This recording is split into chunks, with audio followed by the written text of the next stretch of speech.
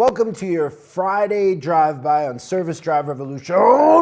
I'm giving you a little something to think about over the weekend, some food for thought and some inspiration.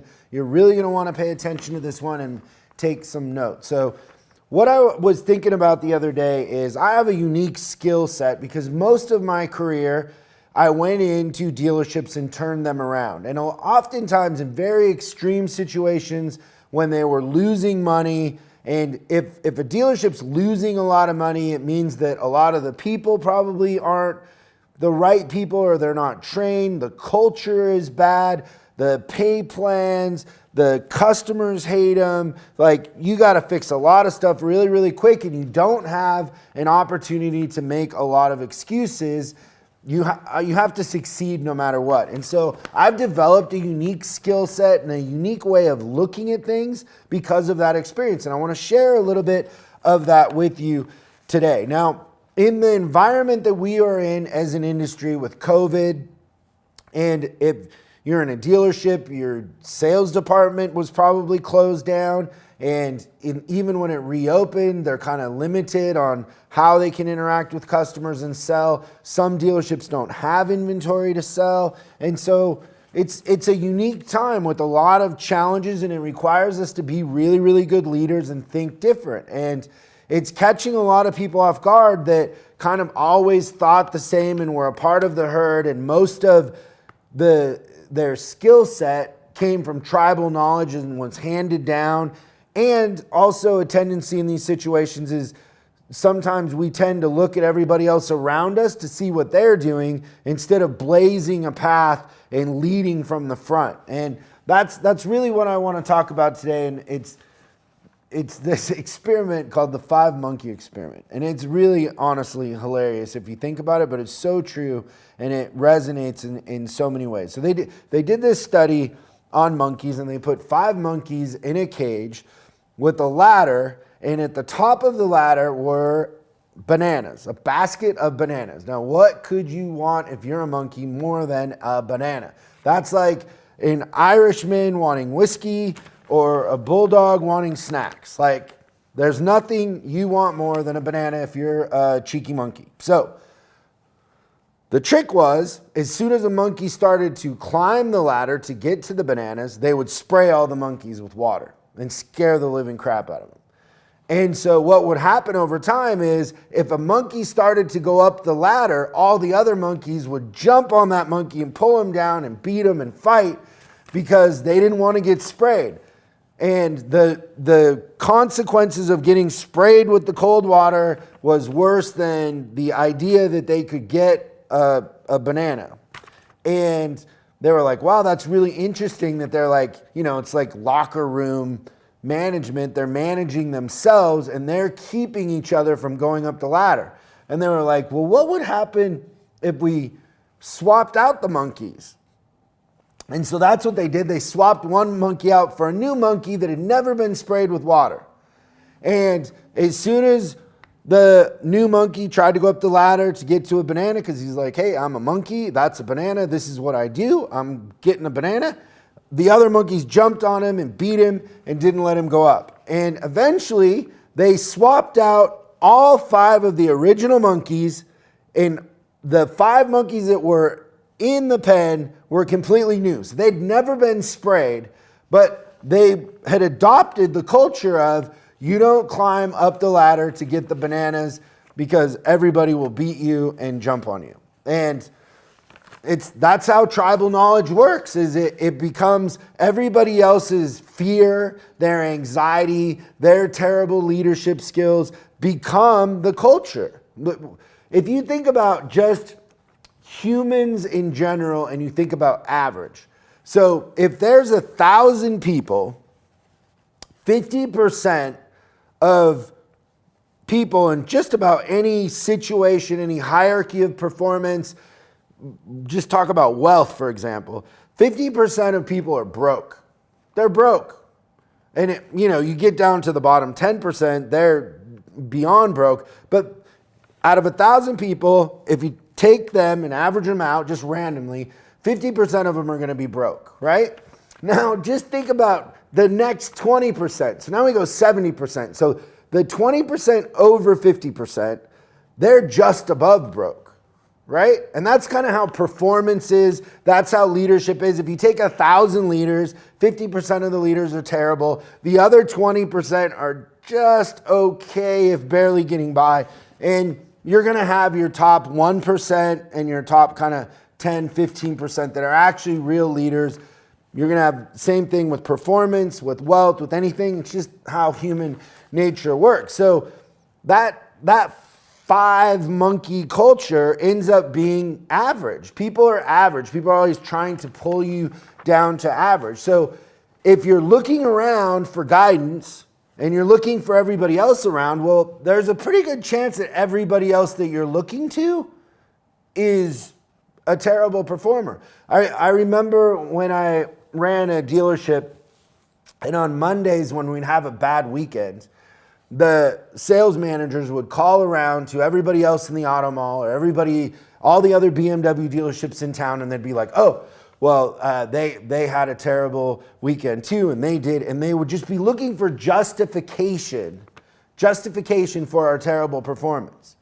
And that's the 5-monkey experiment to a T. It's the same thing like if you hire a porter and the porter goes out there with another 5 car washers and he starts washing cars and vacuuming and really going at it because he's new on the job and he's super excited. The other ones around him are going to be like, hey, slow down. You're making us look bad. Your union leader is going to talk to him like, hey, we don't need to be that aggressive. We don't need to perform to that level. Slow down. That's what happens. It's human nature. That's what happens. And so I'm going to give you some tools that help you avoid being one of the 5 monkeys and being a part of that culture. And I want you to get the banana. I'm going to teach you how to get the banana, right? And so the first one is you have to step back and look at the outcome, not the emotions and not the words. Don't listen to the words and don't just look at the outcome of somebody's performance, right? If they're performing and they're leading the pack, they're the best in the country at something, they're performing at a very high level, then start to listen to their words. But oftentimes, if I would go into a dealership that was losing money, the people that talked the most and were the most opinionated were the least helpful, the most clueless, and the biggest waste of time. And I'm sure you can relate to that. So I remember my very, very last 20 group meeting that I attended when I was running that BMW store. There was this guy, literally, he was in the New York, New Jersey area running. He was a son-in-law. He was a son-in-law, and the dealer said, hey, run this BMW store and join a 20 group. But he didn't know what he was doing. So we're number 1 in the country. We were the most profitable one in the 20 group composite. And we did an overall pretty good job. We cared. We were always getting better. We had a great team. He's in last place and he's losing money. Like, you own a BMW dealership in that area. It's like a license to print money. He was losing money. And he was lecturing me for 45 minutes in the 20 group meeting in front of everybody about my new car pay plans. Now, I'm number 1 in the country in new car sales, and my gross profit per car is $500 more than anybody in my market, and in fact, I think our region.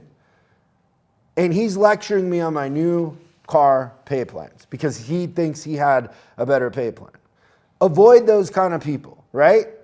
Those are the ones, they love to talk, they love to tell you their opinion, they're an expert on everything, and they're very convincing, but the outcome of what they do is zero, settle. They have no results. So pay attention, step back from the emotion, step back from what everybody else is doing, step back from the politics, and just pay attention to the outcome of somebody's performance, the outcome of their actions. Are they wildly successful or are they not, right? Most of the time, you will find that the people that are the most successful are the quietest ones that have the least amount to say, because one of the tricks to being successful is to shut up and ask questions and listen. Everybody I know that's really successful listens. They ask questions. They're curious. They want to know how to get better. They're not the ones at the front of the room talking right? So that's number one. Number two is you have to be your own person. You have to be your own person. You have to get over the idea of everybody liking and accepting you because you agree with them. Let me say that again. You have to get over the idea of everybody liking and accepting you because you like and accept them. That isn't the game. The game is you want people to like and accept you because you get things done, because you're a performer, because you listen, because you're ethical, you're fair, because you show up every day and set the tone. You work hard. That's what you want. You don't want to be a part of the crowd. You want to be out in front. You want to be the leader. You want to be setting the tone. So when everybody else says it can't be done, it can be done. You don't want to be one of the 5 monkeys, right? The next one is you want to focus on what you can control. Oftentimes, that first example where I said the guys that they're the experts on everything, they talk about everything. Those also are the guys or gals that talk about everything that can't happen. It's the market. It's this. We're a victim of that. But meanwhile, right in front of them, customers aren't getting helped. Phones aren't getting answered. There's no system in place. There's a million things that are in their control that they're not doing, right?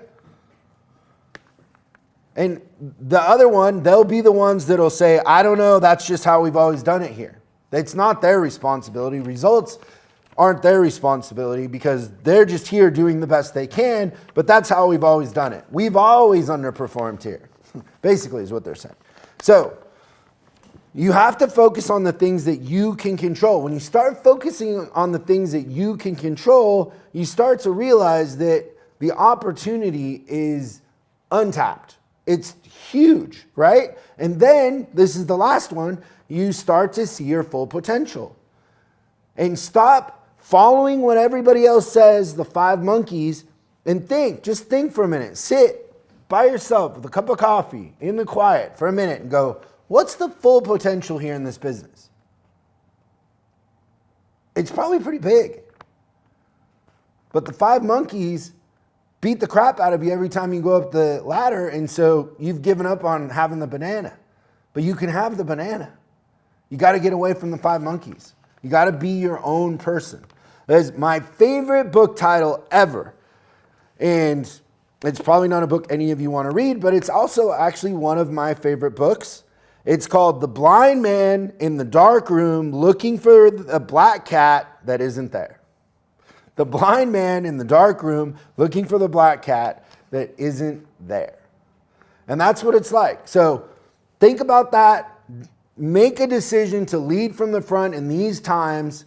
Don't be one of the 5 monkeys. Don't buy into that culture. You can have the banana. There's still people in this environment performing at a very high level, having record months. I don't know how many calls I've been on in the last week where our clients had record months. They blew the previous records away. And I keep reading in the paper and hearing, oh, it's terrible, the industry's terrible. Well, it's not. The opportunity of a lifetime comes once a day, and it's everywhere. Don't be one of the 5 monkeys. And do me a favor, stay tuned and watch this preview of what's coming up next week on Service Drive Revolution. Next week on Service Drive Revolution. Monday.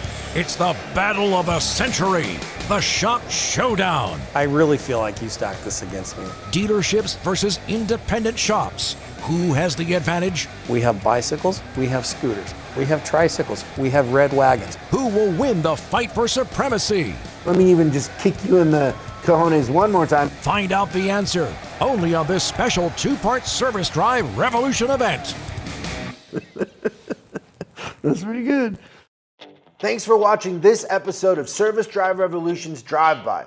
I hope it gives you something to think about over the weekend and inspires some new ideas and hopefully some new results. If you have any questions for the big show, go ahead and post them below in the comments. We'll be looking out for them and we'll answer them on the show. Make sure you subscribe and hit the bell icon so you're notified when we post new episodes. I'm Chris Collins, and you can find me on Facebook and Instagram at Chris Bulldog Collins. And I'll see you again on the next episode.